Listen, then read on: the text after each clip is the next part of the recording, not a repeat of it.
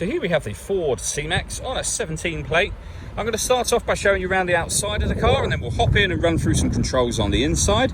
But from the outside, you can see it's a 5-door car with alloy wheels. Let's start off inside the boot and then work our way around the rest of the car from there. So as we approach the boot, you can see we have reversing sensors.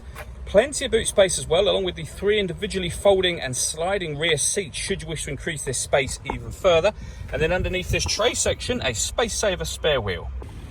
Okay, so we're just going to work our way back round to the front of the car, and then we'll hop in and run through some controls on the inside. But now that we've done a full circle of it, you can see it's in excellent condition the whole way round. Just briefly before we climb in, I think it's where we're seeing the interior from this exterior point of view. There's plenty to run through on the dashboard, so let's hop in and we'll do that right now.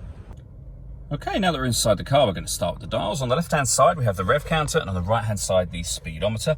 At the bottom in the middle, we have the fuel gauge and coolant temperature gauge, and above that, a trip computer, which includes the total miles of this car, which are only, given that the car is 3 years old, 1,247, so very low mileage.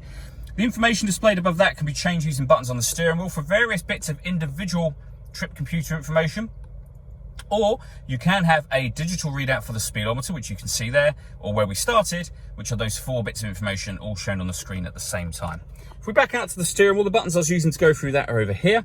On the right-hand side, we have stereo and phone controls. The phone itself needs to be set up before you can use it, so hit connect to phone, and then pair phone.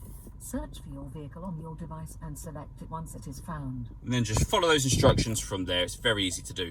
This car's also got satellite navigation. There's a full video that shows how this works, which you can find on our website and also on our YouTube channel as well. And then when it comes to audio, we have AM, FM and DAB radio, a CD player, Bluetooth audio so you can stream your music wirelessly, as well as obviously making and receiving phone calls. And then we have 2 separate USB inputs. If you plug devices into those, they will appear up on here as further options for you. Working our way down, we've got the air conditioning. So we have fan speed, direction of the air down the middle here, and temperature on the left. When you're happy with those settings, this button turns the air conditioning off. Back on again, it's on when that light shows just there. We also have a proper heated front screen as well as the heated rear screen. This button turns off the stop and start. This car is designed to cut out when it's stationary in traffic to save you fuel. Hit that button, that system's now turned off. We then have a 6-speed manual gearbox, and inside the central armrests, the 2 USB inputs that I mentioned previously. All that leaves me to say is thank you for taking the time to watch this video. If you'd like to come and see the car in person and have a test drive, please feel free to call any of our MJA sites. We'd love to hear from you soon.